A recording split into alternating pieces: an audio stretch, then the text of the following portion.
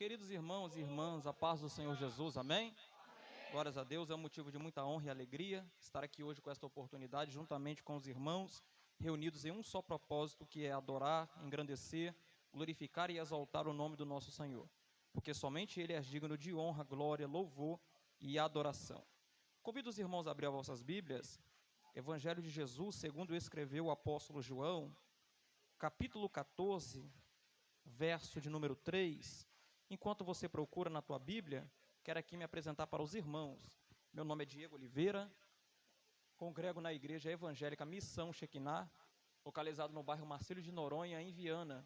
Igreja essa que é pastoreada e presidida pelo pastor Tiago Arcanjo, e eu estou aqui hoje debaixo da bênção do meu pastor.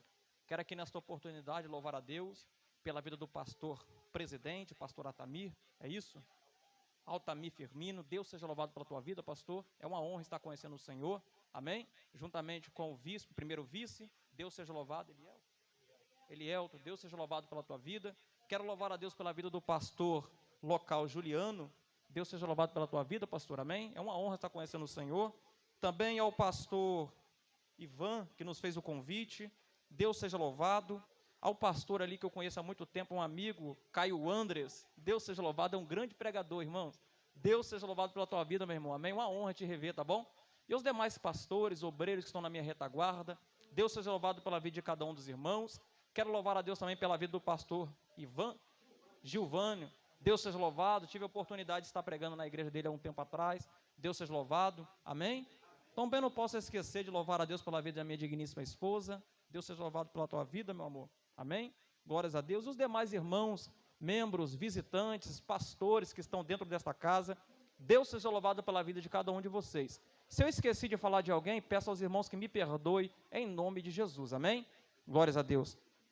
Sem perca de tempo, capítulo 14, verso de número 3, que é o verso dessa festividade nesta noite, que diz assim: e quando eu for e vos preparar lugar, virei outra vez e vos levarei para mim mesmo, para que onde eu estiver, estejais vós também.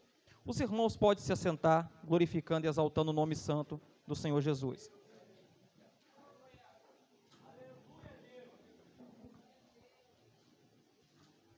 Queridos irmãos e irmãs,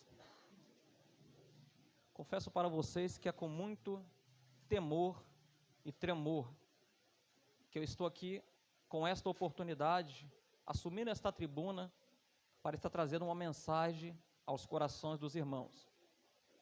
Mensagem essa que é um tanto difícil de ser tratado, que todos nós sabemos que vai tratar da escatologia, a doutrina ou estudo das últimas coisas.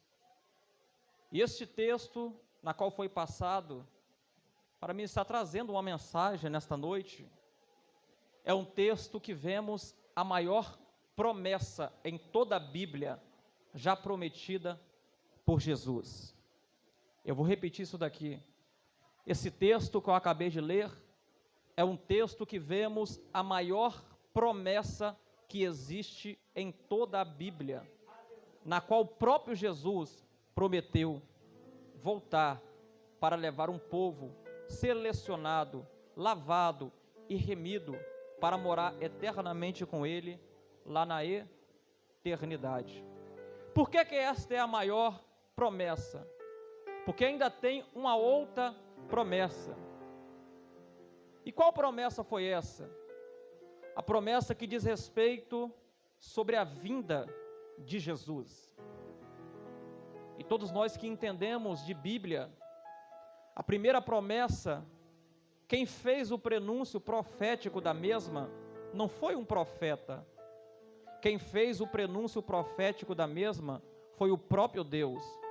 Quando ele disse, após a queda do homem, no capítulo 3 do Gênesis, verso de número 15, ele diz desta maneira: e porém inimizade entre ti e a mulher, e entre a sua e a tua semente, e dela nascerá um descendente, que tu lhe ferirá o calcanhar, mas ele esmagará a tua cabeça.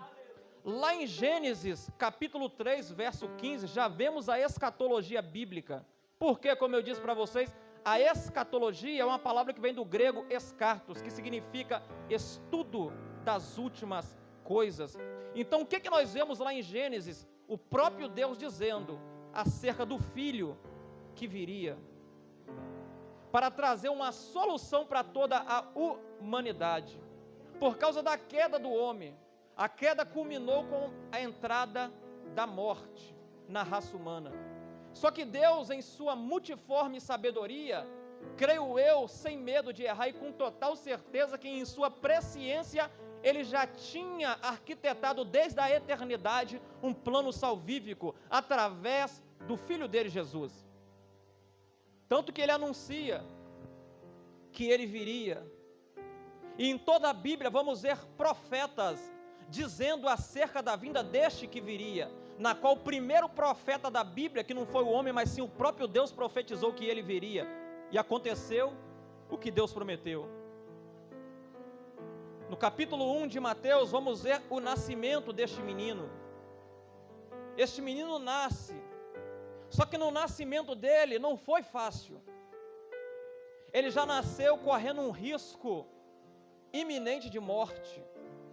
Ele já nasceu tendo que correr, diferente do primeiro ser humano ou casal que Deus fez e deu ainda a ele um jardim num espaço geográfico chamado Éden, que tinha tudo do bom e do melhor. Jesus, ele foi diferente. Ele já nasceu enfrentando dificuldades. Só que quando ele nasce, cumpre-se o que Gênesis 3,15 o próprio Deus disse. Jesus, ele teve uma vida como todo um menino judeu tem. Aos 5 anos de idade, um menino judeu começa a estudar a Torá, ou os Pentateucos, ou o Pentateuco, que são os primeiros 5 livros da Bíblia. Quando este menino chega à idade de 10 anos, ele estuda até os 14 anos os livros históricos, poéticos e proféticos. E quando ele chega à idade de 14 anos, ele vai escolher se ele vai crescer ao pé de um doutor ou mestre rabínico, ou se ele vai escolher a profissão de seu pai. E foi o que aconteceu com Jesus. Teve um crescimento natural como todo um menino judeu, só que Jesus, ele fez diferente. Ele não escolheu crescer aos pés de um mestre rabínico, até porque, pastor Caio, não tinha nenhum mestre à altura para ensinar Jesus, e é por isso que ele escolhe seguir a profissão do pai dele. Só que presta atenção aqui comigo, vemos uma referência que o escritor, doutor Lucas, escreve quando ele tinha 12 anos, que ele estava assentado aos pés de doutor, ensinando para o doutor, no quais ficavam maravilhados com a eloquência e tamanha sabedoria de um menino de apenas 12 anos, e nunca mais se viu falar de Jesus. A não ser no capítulo 3, verso de número 17 em diante, quando João, o Batista, que significa aquele que batiza, que também era primo de Jesus, aparece batizando no deserto da Judeia e disse que viria um muito mais forte e poderoso do que ele. Ele batizava com água para o arrependimento, mas aquele que viria batizaria com o Espírito Santo e com fogo. Presta atenção nisso daqui. Batismo com o Espírito Santo é para crente lavado e remido. Batismo com fogo é para crente ou aqueles que não querem nada na presença de Deus. Eu vou repetir isso daqui, talvez tu dê um nó na tua cabeça. Batismo com o Espírito Santo é para crente lavado e remido. Batismo com fogo é para quem não quer nada com Deus, quer viver uma vida conforme a vontade do teu coração. Tanto que o próprio Jesus disse em João capítulo 4, capítulo 5, verso 25 em diante, que o Pai a ninguém julga, mas ao Filho deu todo o juízo para julgar. Presta atenção, batizar é emerger e levantar. Agora, batismo com fogo é para todos aqueles que serão lançados no lago de fogo. Mas presta atenção nisso daqui. Talvez tu adentrou dentro desta casa, você ainda tem a chance de ser livre desse juízo que sucede na vida de todos aqueles que vivem uma vida de depravação, uma vida imoral, uma vida de pecado. Mas se você hoje se arrepender e se consertar diante da presença de Deus e andar em conformidade com a vontade do Pai, tu está isento desse batismo. Só que preste atenção, quando Jesus é batizado, passou-se 30 anos, ele inicia o seu ministério com 30 anos, e um dos ministérios do Messias, segundo escreveu o doutor Lucas, capítulo 19, é que ele traria vista aos cegos, libertaria os cativos, e faria tantos milagres na vida de pessoas. Jesus exerce o seu ministério profético na terra. A profecia se cumpre desde quando Deus disse. Só que após Jesus caminhar por um período de 3 anos e meio na terra, ele vai dizer para os seus discípulos que ele tinha que ir para o seu lugar de origem, a saber, o céu. Só que antes de Jesus ir, ele deixa uma promessa, e essa promessa não está apenas para algumas pessoas, no que diz respeito a quem faz acepção de pessoa, não. Essa promessa está estendida para todos que querem uma vida com Jesus, todos que querem renunciar a esse mundo de pecado, todos que querem deixar essa vida miserável, na qual o diabo tem colocado sobre o teu caminho, a saber, uma vida de pecado, uma vida de escravidão, uma vida de imoralidade. E ele deixa uma promessa: não se turbe o vosso coração. Isso aqui é para crente. Credes em Deus, credes também em mim, pois na casa do meu pai há muitas moradas. Se não fosse assim, eu não vos teria dito, vou preparar-vos um lugar. Eu irei, voltarei e os levarei para mim mesmo. Preste atenção nisso daqui. Esta palavra, irei e voltarei e vos levarei para mim mesmo, tem duplo sentido. E que sentido é esse? Primeiro, arrebatamento. Segundo, volta em glória. Porque se pregam por aí que Jesus ele vai voltar, mas permita-me dizer uma verdade sem medo de errar. Jesus ele vai sim voltar. Só que entenda uma coisa: a volta de Jesus não é para a igreja. Eu vou repetir isso daqui: a volta de Jesus não é para a igreja, porque diferente de voltar é vinda.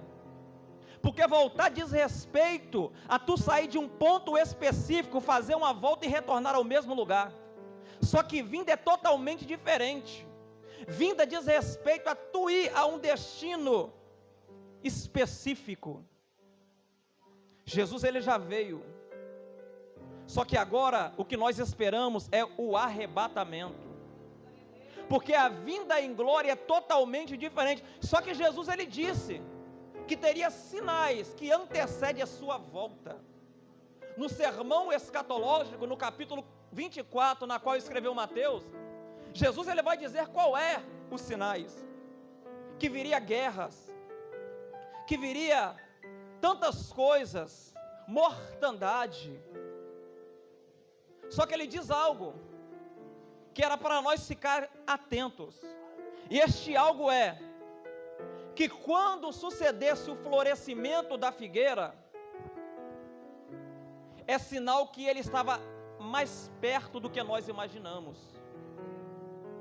Só que entenda uma coisa, ele disse assim desta maneira, que aquela geração, quando ele lança a projeção profética, dizendo do que sucederia, não passaria até que todas essas coisas acontecessem. Permita-me trazer algo aqui para vocês. Sabe quando aconteceu essa profecia que Jesus lançou no capítulo 24, verso 32 em diante, segundo escreveu Mateus? No ano de 1948, de maio, quando os judeus, quando Israel foi declarado uma nação independente, existia um homem chamado David Burgron, se não me falha a memória, que quando ele tomou o microfone, assumiu uma tribuna como essa, declarando que Israel era uma cidade independente, era uma nação independente, cumpre-se a profecia que Jesus disse. E cumpre-se também a profecia que Isaías escreveu no livro que leva o teu nome, capítulo 66, verso de número 8. Poderá um povo nascer em um só dia? Poderá uma nação aparecer em um só dia? Mas o texto diz: Sião está em dores de partos, e o seu filho já nasceu. Agora observe isso daqui, preste atenção que isso aqui é profundo. Quando Jesus disse que essa geração não passaria, Salmos de número 90, verso de número 10, uma geração equivale a 80 anos.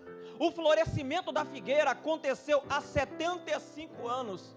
Talvez tu está pensando e está dizendo assim: Diego, tu está dizendo que Jesus pode voltar daqui 5 anos? Poder, ele pode, mas eu quero ir mais além para você entender o grau e o perigo que é você viver fora da presença de Deus ou em falta de comunhão com o Senhor. Eu afirmo a você que o arrebatamento da igreja não pode acontecer daqui a 5 anos, mas a qualquer momento. A qualquer momento. Eu vou repetir isso daqui: a qualquer momento. Talvez eu possa nem terminar essa mensagem, o microfone cair a qualquer momento. Sabe o que acontecerá? Uma notícia mundial: milhares de pessoas desapareceu. Tantas pessoas vão perguntar: cadê aquele povo que fazia barulho? Cadê aquele povo que dava aleluia, que dava glória a Deus? Eis uma pergunta que eu quero lançar para você, e eu quero ver quem está esperto para pegar isso daqui. Você quer ver a notícia mundial, ou você quer virar uma notícia mundial? Eu vou repetir isso daqui olhando para o lado de cá. Você quer ver, ouvir e presenciar essa notícia mundial, ou você quer virar essa notícia mundial? Se você quer virar essa notícia mundial, coloca nos seus lugares devido àquilo que é para você colocar. Começa a andar no caminho que é para você andar. Começa a consertar tudo aquilo que está fora do lugar, porque a qualquer momento, eu não estou dizendo daqui a 5, 2, 3, 4 anos não, eu estou dizendo a qualquer momento, pode ser agora, hein? Nós seremos arrebatados. Preste atenção. Tu lembra do que eu disse, que arrebatar é diferente de volta? Porque volta ele virá para os judeus e para aqueles que ficar. Volta, ele voltará com a igreja. Por isso que a igreja não espera volta, a igreja espera arrebatamento. É claro que nós dizemos volta num sentido simplificado, só que diferente de volta é o arrebatamento. Porque o arrebatamento tem significados semânticos, tais esses, que quer dizer tomar rapidamente, tomar com força, mudar de um lugar para o outro, livrar do perigo. Isso é o arrebatamento. A palavra arrebatamento vem do latim raptus e do grego harpazo, que significa tomar rápido, com força e com violência. Quando tu menos esperar, acontece isso aqui, ó. E a igreja que fazia barulho desaparece. Vai ser uma notícia mundial. Só que existe um porém, meu irmão. Para tu ser participante dessa notícia mundial, não é de qualquer maneira. Por que não é de qualquer maneira? Porque para você virar uma notícia mundial, exige a presença daquele que Jesus disse em João 14, que viria, verso de número 7, que convenceria o mundo do pecado, da justiça e do juízo. Porque para o Espírito Santo, que é aquele que arrebata a igreja e leva ao encontro com Jesus, tu lembra do que eu disse para você, ponto específico de encontro? As nuvens. Tanto que o apóstolo Paulo disse em sua primeira carta aos Tessalonicenses, capítulo 4, versos 16 e 17, que nós seríamos arrebatados, tomados com força e com violência, iríamos se encontrar com Ele nos ares. Presta atenção, Jesus não vai nem botar o pé nessa terra. Ele vai pairar nos ares. Só que enquanto ele está pairado nos ares, ante ao som da última trombeta, o apóstolo Paulo disse que os que morreram ressuscitarão primeiro. Enquanto os que morreram ressuscitam primeiro, quando ele diz aqui, é o momento que o Espírito Santo está indo nos recônditos mais secretos e escondidos, refazendo todo o corpo daquele que é crente, trazendo ali uma transformação e revestimento de um corpo imortal e incorruptível. Após essa transformação, nós que estamos vivos, seremos transformados juntamente, e aquele que é o Espírito Santo que enche você, que está dando glória para Jesus, vai tomar você sem você esperar, e vai te entregar ao encontro daquele que deu a vida por mim e por você. Só que preste atenção, meu querido, para esse Espírito conduzir você até o noivo que aguarda breve o encontro contigo, é preciso andarmos em uma maneira santa, irrepreensível, diante de pessoas. Só que no tempo da atualidade, é um tempo em que vivemos, na qual o evangelho que é pregado, não aqui, pelo amor de Deus, pastores, porque desde quando eu botei o pé naquela porta, eu já percebi a seriedade das pessoas, servas de Deus, que encontram dentro desse lugar. Mas pela misericórdia, Jesus tem me levado em vários lugares, irmãos. Tem lugares que a gente chega, que dá vontade nem de entrar, que se pregam-se por aí um evangelho oba-oba, que pode tudo, você só não pode assumir a tribuna e pregar contra o pecado. E é por isso que eu afirmo isso aqui para você. O Espírito Santo, ele vai tirar de dentro de uma igreja, outra igreja. Eu vou repetir isso daqui, o Espírito Santo, ele vai tirar de dentro de uma igreja, outra igreja, porque a igreja que vai se encontrar com Cristo, é aquela que é lavada, remida pelo sangue dele. A igreja que vai se encontrar com Jesus, não é essa igreja que na atualidade por aí, tem amizade com o mundo, não. A igreja que vai se encontrar com Jesus, é aquela que resiste com força, com garra e com vontade, a oposição do mundo, independente do que sucederá, independente do que acontecerá. A igreja protestante de Cristo não tem aliança com gente que é do pecado. A igreja protestante de Cristo não tem aliança com quem é mundano. A igreja protestante de Cristo não tem aliança com quem é profano, porque a igreja protestante de Cristo é uma igreja santa, é uma igreja que tem a presença do Espírito Santo, é uma igreja que não tem aliança com o mundo, é uma igreja que protesta a verdade, doa quem doer.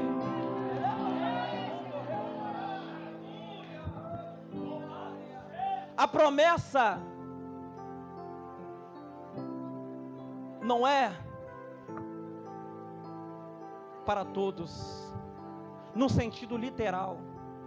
A promessa é para aqueles que querem tomar posse da mesma. Não adianta eu assumir um púlpito como esse, mas não ter uma vida aliançada com Jesus.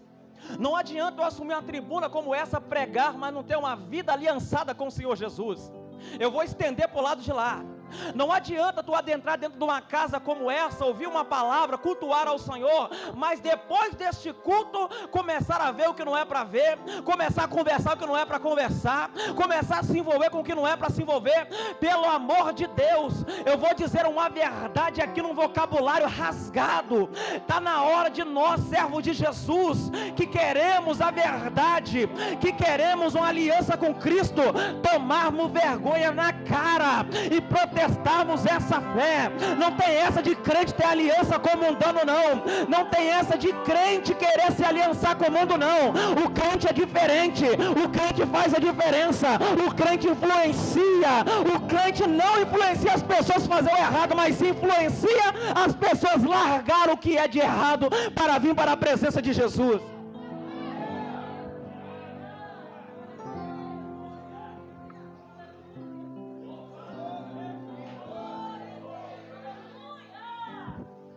Presta atenção. É neste momento que tu acha que Jesus não volta, que Ele volta. É neste momento que tu acha que a igreja não será arrebatada, é que ela será arrebatada. É no momento que menos esperamos, tanto que Jesus disse em seu sermão escatológico no capítulo 24, ele faz uma alusão aos tempos de Noé, que seria como os tempos de Noé, davam-se em casamento, bebiam, comiam, festejavam, quando menos esperassem, a igreja desaparece.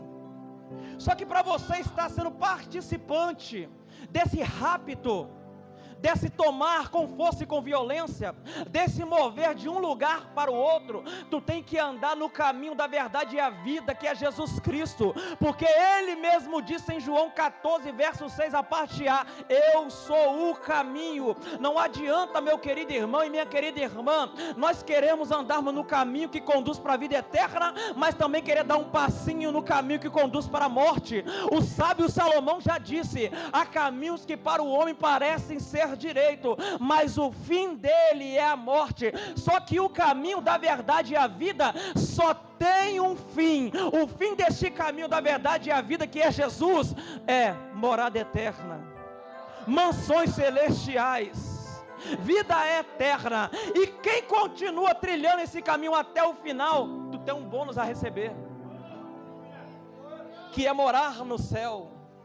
O apóstolo João, no capítulo 21 e 22 do livro do Apocalipse, faltam símbolos para ele descrever como que era o céu, e ele traz uma lista de coisas que não existirá no céu.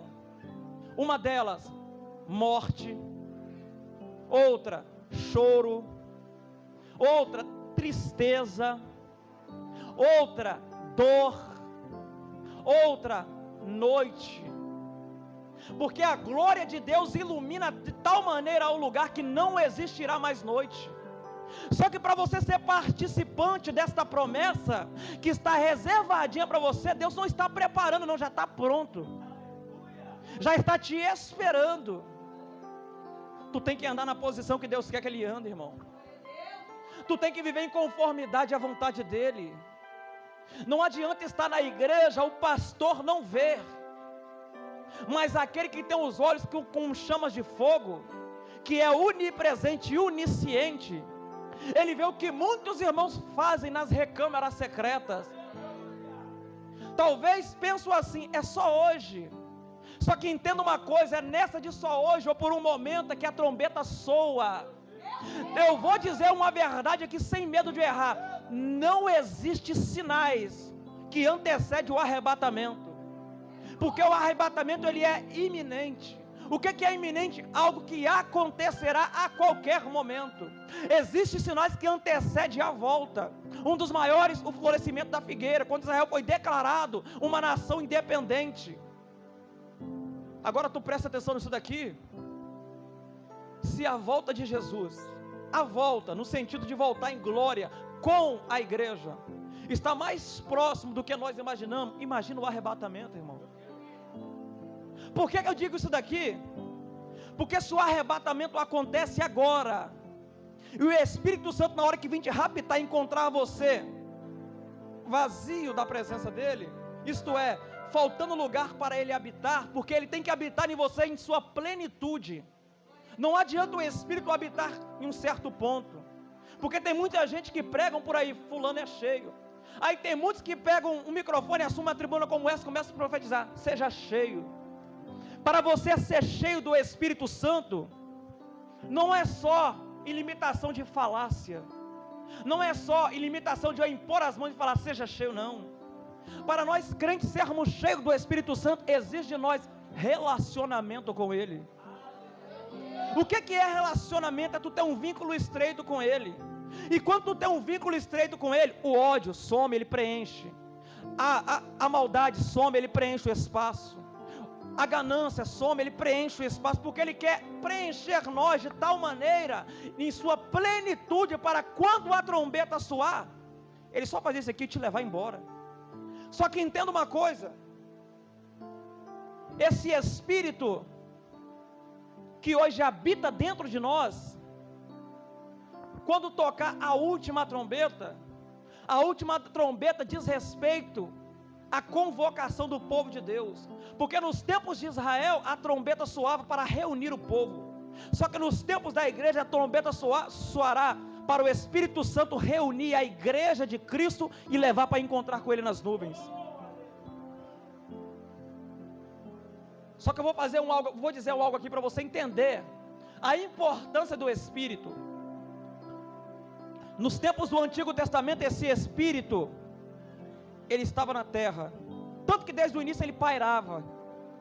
Após o pecado entrar no mundo, mediante a desobediência do homem,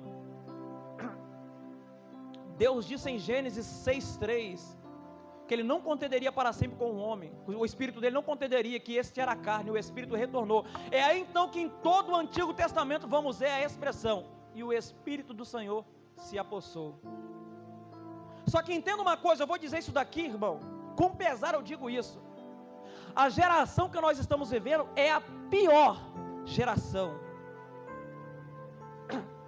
Vou repetir, a geração em que vivemos é a pior geração, uma geração mimada na qual os crentes trocam a presença por um momento de prazer, trocam a presença por estar num lugar que não é para ele estar, trocam a presença para conversar uma conversa torpe que não é para conversar. E olha que nós somos tão privilegiados, devido a uma porta que abriu diante de nós, como Apocalipse 3:8 diz, eis que pus diante de ti uma porta. Essa porta é a graça de Deus que te alcançou de tal maneira, na qual ninguém pode fechar, a não ser aquele que abriu, a saber, Jesus. E olha como nós somos tão privilegiados. No tempo do período veterotestamentário, o Espírito vinha, usava e retornava, porque o Espírito é aquele que te dá unção, poder e autoridade para confrontar o diabo na cara dele e dizer que quem manda não é ele, quem manda é Jesus. Eu já vou dizer algo aqui para você guardar para você. Se você tem medo do que há no mundo, está faltando um preenchimento de Espírito aí. Porque quem é cheio do Espírito não tem medo do quem é do mundo ou quem está no mundo. Quem é cheio do Espírito confronta o mundo com a unção e com o poder e com a autoridade que o próprio Espírito outorga sobre a vida de um crente. Tu quer ver uma prova? Que o Espírito é aquele que dá a autoridade para nós. Tu lembra do profeta Elias, quando ele se levanta, ele diz: não haverá chuva segundo a minha palavra. Coloca o dedo da maior autoridade daquele tempo, que era de Israel, que era Acabe. Só que certo dia, por causa de um decreto de uma mulher, ele teve medo, que pediu até a morte, a ausência do Espírito. Por quê? Porque o Espírito vinha, usava e retornava. Só que nós, além de nós sermos a pior geração que já existiu em toda a Bíblia, tu pode estudar a Bíblia, irmão, já estudei a Bíblia toda pela misericórdia de Deus, eu percebi que nós somos a pior geração. Só que nós somos tão agraciados perante ao Senhor, mediante a graça de Deus, o favor imerecido, que hoje esse Espírito, ele não usa e volta não. Após Jesus rogarei ao Pai, e ele enviará outro Consolador, porque Ele não deixarei você órfão, porque era preciso Ele subir para preparar o lugar para nós. Esse Espírito ele desceu, desde Atos 2, e nunca mais voltou, só voltará no dia do arrebatamento, quando Ele tomar pela sua mão e te levar para o céu. Só que entenda uma coisa, meu irmão, para nós permanecermos com Ele, habitando sobre nós, porque somos templos e morada dEle, como Paulo disse em 1 Coríntios 6,19, é preciso nós renunciarmos o que o mundo nos oferece, é preciso nos abstermos de certas coisas, é preciso deixarmos de fazer coisas que não agradam ao Senhor, porque enquanto tu faz alguma coisa que tu parece que é pequeno, parece que não dá nada, é neste momento que o Espírito se aparta de você por um momento, e se ele se aparta de você e a trombeta soa, tu fica para trás, e quem ficar para trás terá que ver e ouvir a notícia mundial. Aí tu imagina se você fica e tu olhar: por causa dessa pequena coisa eu fiquei para trás. Ah, se eu tivesse andado em conformidade com Deus. E eu já digo algo aqui para você: sabe por quê que tu adentrou dentro desta casa hoje? Não foi por causa do convite do pastor, não foi por causa do pregador que veio pregar, Você só adentrou dentro daquela casa por causa que aquele que convence foi lá no teu íntimo e falou: vai lá que eu vou falar com você através da palavra. Vai lá que eu quero que tu tá glória hoje para mim. Vai lá que eu quero te transbordar, eu quero te renovar. É por isso que tu adentrou aqui. E pasme, meu irmão, o que eu vou dizer agora. Após o arrebatamento, esse Espírito, ele subirá para o céu. Agora tu imagina, se com o Espírito Santo, que é o que convence do pecado, do juízo, da justiça, do juízo, está difícil muitas pessoas querer permanecer, agora tu imagina sem ele. Aí tem gente que até diz por aí: se eu ficar, eu sei que eu tenho a última chance. Irmão, eu falo isso daqui, pastor. Eu passei por uma prova tão terrível na minha vida, a ponto de eu ajoelhar e falar com Deus para sair daquela provação: Senhor, se o Senhor me tirar dessa prova essa semana, eu vou doar minha casa para um irmão. Olha o voto precipitado que eu fiz. Agora tu imagina sem a presença do Espírito, quando a trindade satânica estiver habitando na terra, tu acha que tu vai querer se arrepender?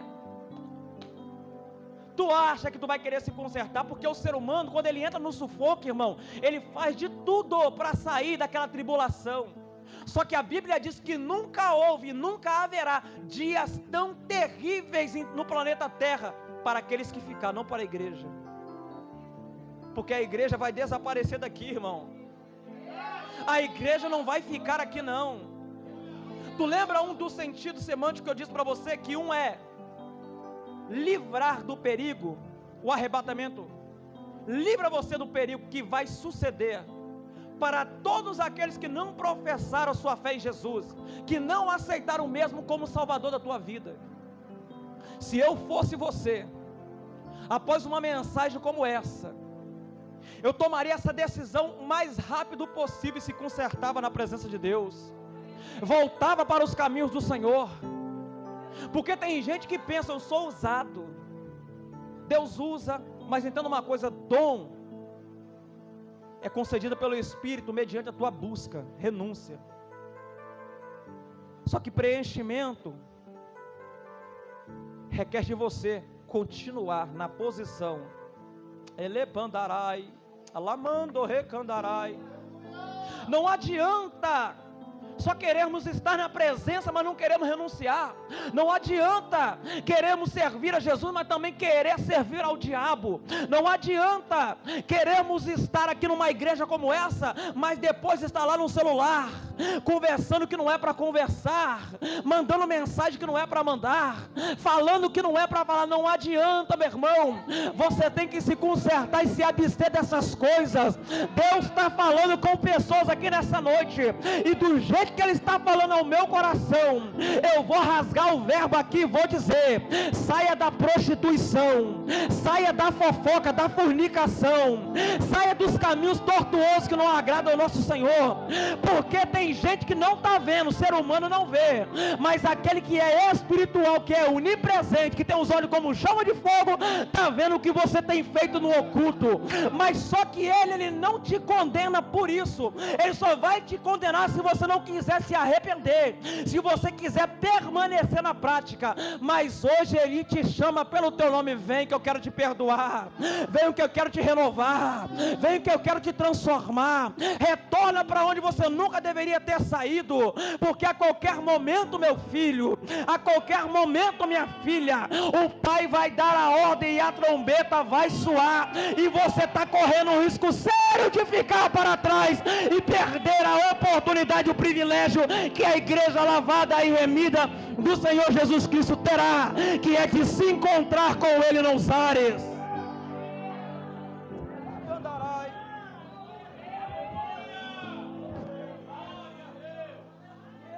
Eu sei que vem aquele sentimento: comigo não acontece, comigo não vai acontecer. Eu tinha essa concepção quando eu vivia no mundão. Vivi uns 10 anos, 12 anos perdido no mundão, pastor. Eu falava bem assim: só acontece com os outros, não acontece comigo. Vi amigo morrendo, vi amigo descendo na sepultura. Até que num dia me deram uma chuva de mais de 30 tiros para cima de mim, e eu vi: comigo também acontece, comigo também pode acontecer. Sabe por que muitas vezes pensamos dessa maneira, não vai acontecer comigo? É o momento que nós deixamos de ter uma comunhão estreita com o Espírito, que leva nós para se encontrar com Jesus, e o diabo vem com uma seta e joga na sua cabeça. Continua, não vai dar nada não, pode permanecer, Jesus não volta agora não. Estão dizendo que ele vai voltar, já tem tempo. Isso é conversa para boi dormir. Isso é conto de fada. Isso é história da carochinha. Aí tem gente que tem a audácia de dizer: eu já tenho tantos anos, tem tantos anos que eu estou ouvindo Jesus voltar, que eu estou ouvindo dizer que Jesus vai voltar, mas até agora não voltou. Permanece com esse pensamento sobre a tua vida, permanece com esse consentimento sobre você, permanece pensando do jeito que tu está, que quando a trombeta soar, a igreja desaparecer, não adianta abrir a boca e começar a chorar não. A oportunidade está sendo estendida aqui hoje para pessoas. A oportunidade está sendo estendida para você, meu irmão. A oportunidade está sendo estendida para você, minha irmã. Jesus chamou você pelo teu nome, até porque você é uma propriedade exclusiva dele, porque ele pagou um preço por você, e o preço que ele pagou não foi preço de ouro, de prata, de dinheiro, de dólar, e não o valor monetário dessa terra não. O preço que ele pagou foi o sangue carmesim dele, que verteu naquela cruz. Ele suportou tantas coisas para lançar essa promessa sobre a minha, sobre a tua vida, que ele iria, que ele prepararia um lugar, e a qualquer momento ele retornaria, e levaríamos nós para habitar com ele na eternidade.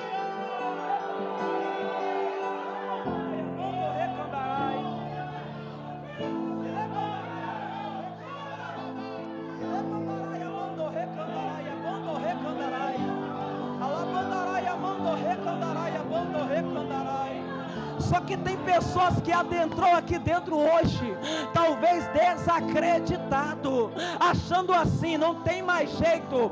Eu vou abrir um verbo aqui, eu vou abrir um parênteses aqui, e vou dizer para você: você acha que não tem mais jeito para você? Sabe por que tu pensa assim? Porque o inimigo da tua alma, por causa de você deixar o vazio, deixar de preencher o lugar que é do Espírito Santo, deixou preencher com um vazio, e ele tem lançado, para você já era, para você está perdido. Mas eu afirmo uma verdade: só existe alguém que para ele já está todo perdido. Esse alguém não é você que está aqui me ouvindo não. Esse alguém não é você que está sentado numa cadeira como essa não. Só existe um alguém que para ele já era, está tudo perdido. Quem é esse alguém? O diabo. Porque a sentença que bateram sobre a vida dele não foi na terra, foi no céu. A sentença que bateram sobre ele não foi terrena, foi divina. O que é dele já foi decretado lá do céu, mas o que é seu, cabe a você querer receber esse decreto sobre a tua vida. E que decreto é esse, Diego? Morar com Jesus no céu. Ah, Diego, mas está difícil. Mas tu vai conseguir. Ah, Diego, mas parece que eu não consigo. Isso é mentira do diabo. Se eu estou aqui de pé, eu consegui não por causa da minha força, mas por causa da força de Jesus. Se os meus irmãos estão aqui de pé, eles conseguiram se manter não por causa da força dele, mas por causa da força de Jesus. Tu acha que você também não vai conseguir, meu irmão? Eu afirmo a você que tu vai conseguir, com base bíblica. Tu quer ver uma coisa? Gálatas capítulo 2, verso 20 diz: não vivo mais eu, mas Cristo vive em mim. E se Cristo vive em você, a força não é sua, a força não é terrena, a força não é física, a força é celestial, a força é imaterial. A força que sustenta você é a força do Senhor dos exércitos, a saber, o nosso Senhor Jesus Cristo de Nazaré.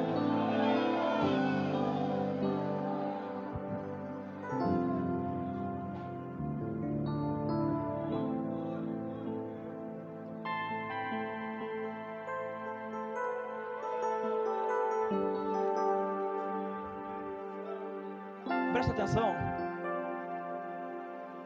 O que eu vou dizer aqui agora não é porque eu quero,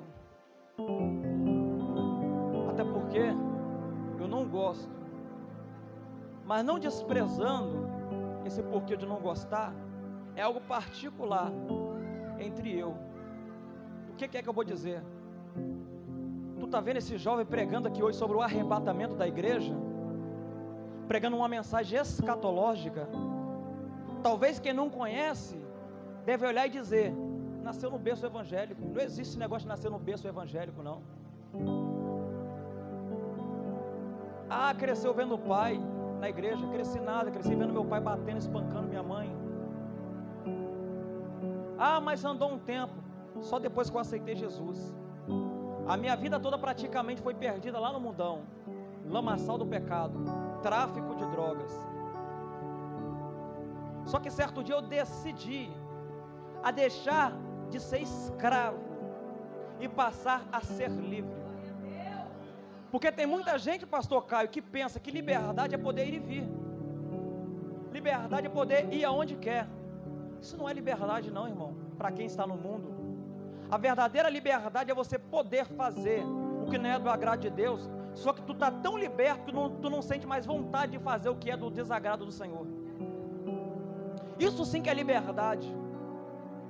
Porque eu afirmo a vocês que tem gente que agora está no presídio de segurança máxima, tem 30 anos de cadeia para pagar, só que está convertido ao cristianismo. Ele tem mais liberdade do que muitos que estão andando para lá e para cá. Por quê? Lá ele pode fumar, mas não fuma. Lá ele pode fazer o que é de errado, mas não faz. Por quê? Porque a cruz deu a verdadeira liberdade para ele. Tu pode perceber uma coisa: se tem alguém aqui dentro desta casa que entrou, que vive nos caminhos torpes, é perceptível na vida de qualquer um que vive, fuma, bebe, rouba. Já tentou parar de fumar? Não consegue. Já tentou parar de roubar? Não consegue. Já tentou parar de traficar? Não consegue. Já tentou parar de adulterar? Não consegue. Já tentou parar de praticar o mal? Não consegue e nem vai conseguir. Porque tu está preso sobre a prisão, uma prisão espiritual. E nesta prisão, o carcereiro dela é o diabo. E você está sob a jurisdição de Satanás.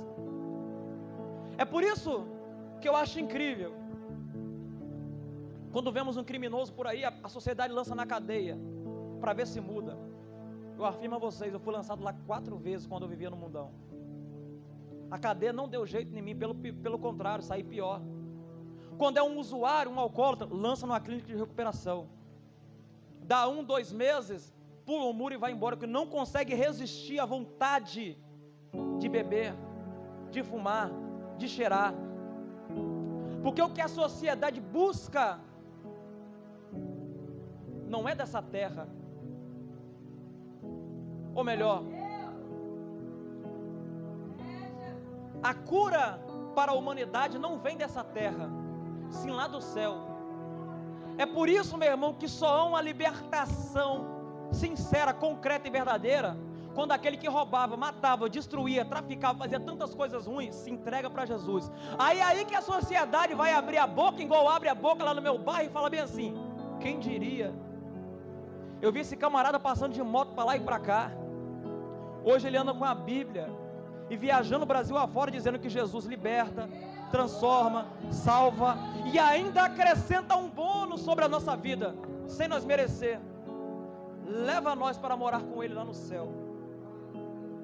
Só que para isso não depende só dele. Aí tem gente que fala: ah, mas Jesus é amor, será que Ele me ama? Será que Ele me aceita? Jesus aceita você do jeito que você está, mas não que você permaneça do jeito que você era. Só que muitos se pregam por aí sobre o Jesus que é amor, só que não se prega o juízo, o Jesus que é juiz, que virá como um juiz, que irá julgar todos que não quiserem viver uma vida reta, santa e fidedigna. Porque o maior sacrifício Ele já fez na cruz, entregou a vida dele por mim e por você. E a maior prova de amor se resume em João 3,16, porque Deus amou o mundo de tal maneira que entregou, na tradução original, o teu único filho, para todo aquele que crer nele não pereça, mas tenha vida eterna. Sabe esse Jesus que é amor? Hoje Ele te salva, hoje Ele te liberta se você quiser. Só que você não querer, o problema já não é comigo. Minha parte como atalaia está sendo aqui transmitir a palavra. Tu vai se encontrar com Ele em um lugar chamado trono branco. não para receber recompensa, a vida eterna, igual muitos dizem por aí, depois da morte não tem mais uma chance. A chance que tu tem enquanto tu está com vida, consciente, em sã consciência, porque depois que tu desce a sepultura, acabou a chance, meu irmão, já era, não adianta chorar, porque tem gente que pensa, morreu, acabou, mentira do diabo, isso é a maior mentira já inventada, morreu, acabou, porque se tu morre hoje sem Jesus, a alma, que é a sede de todo sentimento, emoção, desejo, pensamento, ela é eterna, ela vive eternamente. Só que entenda uma coisa, desde a Bíblia, o Salomão escreveu, em Eclesiastes capítulo 12, verso 7, que quando nós morremos, esse pó que é dito em Gênesis 2,7, volta para a terra. O espírito que foi soprado sobre a nossa narina, volta para Deus. Corpo tem destino, espírito, que é o que mantém com vida em pé, esse corpo em pé, tem destino, volta para Deus, que não é nosso.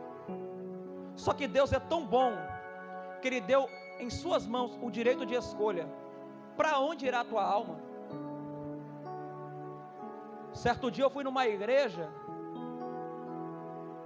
e quando eu vivia no mundão, eu me achava brabo, irmão. Só que eu tinha um medo terrível, de perder a vida sem salvação. Aí tem muitas pessoas que por causa de ignorância, isto é, ausência de conhecimento, tem coragem de abrir a boca por não conhecer. Eu temo a Deus. Temor é diferente de tremor, porque temer é tu prestar culto na beleza da santidade e andar em conformidade com a vontade do Senhor. Isso é temor, não tem nada a ver com medo.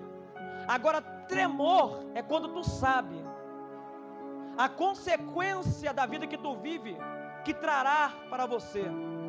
Isso é tremor. Até os demônios tremem e estremecem. Tiago escreveu isso no capítulo 2, verso 19.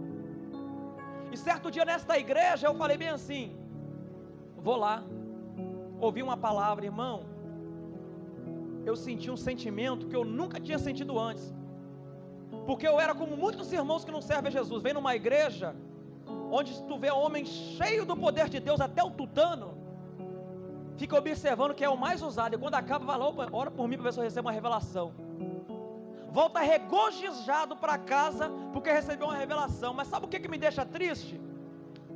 Que aqueles que recebem uma revelação não quer nada com o dono da revelação, que é Jesus. E eu fui numa igreja certo dia nessa esperança, e eu senti algo, vou embora, não quero ficar. Foi quando de repente veio um profeta cheio do Espírito Santo, até o tutano, que o Espírito, como eu disse para vocês, outorga unção, poder e autoridade, colocou o dedo na minha cara e falou bem assim, ou tu sai, ou tu vai morrer e vai para o inferno. E eu estou dando hoje para você a última oportunidade. Irmão, eu confesso, naquela hora, eu tremi de medo. E ele perguntou, quer aceitar? Eu falei que não. Tive sobre a minha vida o mesmo sentimento que muitos seres humanos têm, o orgulho. Permita-me dizer, o orgulho é algo destrutivo. E sabe qual é a destruição que culminará para a tua vida? Lago de fogo, enxofre e sofrimento eterno. Só que, mediante ao tremor, veio um certo temor. E eu falei, meu Deus, não dá mais. Só que a condição que eu se encontrava, irmãos, era a condição que o diabo lança na tua vida. Não estou pronto, não estou preparado. Não existe esse negócio de estar pronto e muito menos preparado. É nessa de estar pronto e preparado que tem muitas pessoas neste momento que está queimando no lugar de tormento e sofrendo, querendo a oportunidade que você está tendo, mas eles nunca mais terão. Tu lembra que eu disse? A oportunidade enquanto tu está com vida, porque Deus deu para você esse direito de escolher onde tu viverá eternamente. Só que nesse dia eu deixei de lado esse orgulho, lancei ele por terra, levantei mais uma vez daquela cadeira que na hora eu falei, não quero, voltei. Só que depois eu falei, não dá mais, eu tenho que ir lá. Levantei as minhas mãos e aceitei Jesus como meu Salvador. E muitos dizem, não dou um mês, para a glória de Deus, Já tem aproximadamente 5 anos que eu estou servindo a Jesus, e nesse curto período de tempo, Jesus já tem me levado em lugares que eu nunca imaginei que eu iria pisar. Hoje eu estava falando com minha esposa, recebi uma proposta hoje para pregar na Europa. Falei, meu Deus, só Jesus que faz isso, meu irmão, não é ser humano, não é só Jesus, mas para isso depende de você. Larga esse negócio de consertar, tem nada para consertar não, meu irmão. O conserto que tu tem que fazer é aceitar Jesus, retornar para os caminhos dele, porque no dia que eu aceitei Jesus, eu estava assim, tem que consertar isso, tem que acertar isso. Eu estava como? Devendo bandido, ameaçado por bandido, ameaçado por polícia. Só que enquanto eu tomei essa decisão, eu vinha para casa dirigindo e o coração palpitava forte, e queimou uma palavra no meu coração, porque eu já conhecia a palavra, já cheguei a aceitar Jesus algumas vezes, mas eu não caminhei, mas dessa vez eu aceitei, e para a glória de Deus eu nunca tive nenhuma recaída, irmão. E que palavra foi essa que queimou no meu coração? Como eu recebi, eu também quero transmitir e compartilhar com você. É o que está escrito em Salmos de número 37, verso 5, que diz: entrega o teu caminho ao Senhor, confia nele e tudo Ele fará na tua vida. Esse tudo diz respeito àquilo que você acha que é impossível, porque no vocabulário de Deus não existe impossibilidade, tudo para Ele é possível. Cheguei em casa, mandei mensagem para as pessoas que eu estava envolvido, estava devendo, irmão, não porque eu gastei o que não era meu, mas porque pessoas comprou, foi presa, e não tinha como pagar, automaticamente eu teria que pagar, mas para me pagar, eu tinha que continuar na prática ilícita. Só que eu falei com aqueles homens, me dá um prazo, não vou mais mexer com isso. Por quê? Eu falei, porque eu aceitei Jesus como meu Salvador, e hoje Ele me deu minha última oportunidade, eu agarrei ela. E eu falei, espera só arrumar um serviço que eu vou pagar trabalhando honestamente, eu não quero mais, eu quero uma mudança de vida. Passou-se então uma semana, e esses homens me mandaram mensagem. Quando eu vi quem era, eu falei, agora vai cobrar, não tem dinheiro para pagar não, pastor.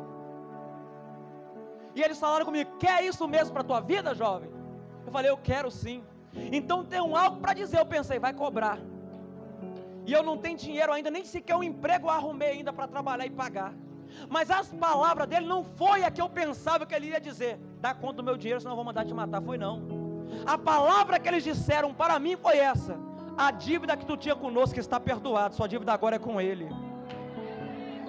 E eu já pude perceber o Deus da impossibilidade começar a movimentar os céus e a terra ao meu favor. Só que ainda tinha problema para enfrentar: bandido rival, polícia.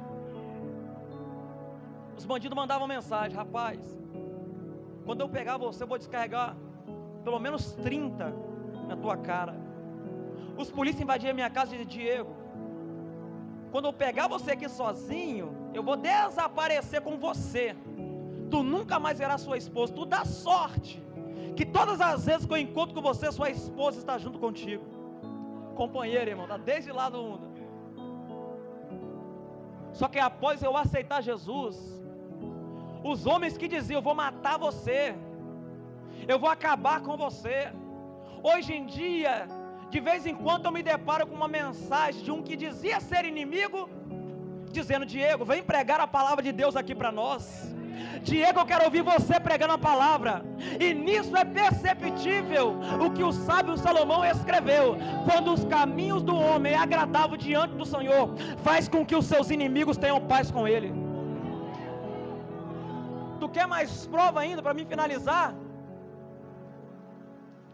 Aí me vem eu depois de convertido, me achando super-homem, Caio, só porque eu aceitei Jesus. Não, rapaz, eu era brabo no mundo, agora eu estou com Jesus, rapaz, eu ando mesmo. Aí me vem uma blitz, os mesmos policiais que invadiram minha casa da força tática. Na hora eu tremi, falei, meu Deus do céu, abaixei o vidro, estou bem passando. Ele, epa, Diego, para. Falei, meu Deus do céu, pastor, vou tomar um enquadro depois de estar na presença de Jesus. Só que quando esses homens chegaram até o meu carro, pastor, eles não chegaram para me humilhar e dizer, sai seu vagabundo, sai que eu vou te revistar, não. Só que a conversa dele foi diferente. Ele escorou na janela do meu carro e falou bem assim, Diego, o que aconteceu com você, Diego? Eu falei, por que, rapaz? Eu estou vendo lá nas suas redes sociais, Tu está andando de avião, indo para outros lugares para pregar a palavra. Eu estou vendo você postando vídeos lá. Eu falei, pois é, você não diria que ia me matar? Você não falava que iria sumir comigo? E ele falou, verdadeiramente Jesus me mudou. E eu falei, o mesmo Jesus que me mudou e transformou eu no que eu sou, é o mesmo que também pode transformar você. Sabe o que Deus está dizendo para alguém aqui nesta noite?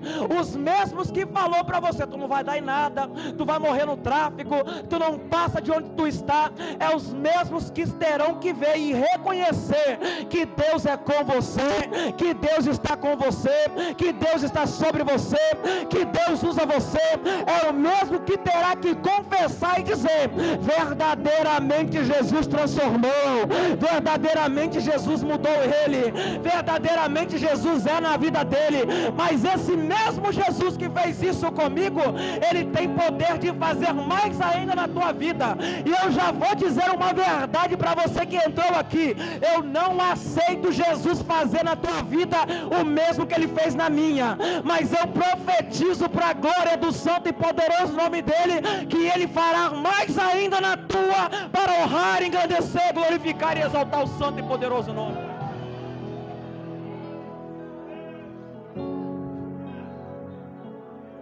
Só que dependeu de quem? Uma atitude mudou todo o decoro.